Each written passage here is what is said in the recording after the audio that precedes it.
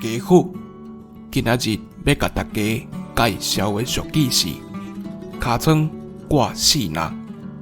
即摆各行各业拢真欠骹手，无法度啦，敢若会当一个人拄两三个人用，看重的是紧，阁有效率。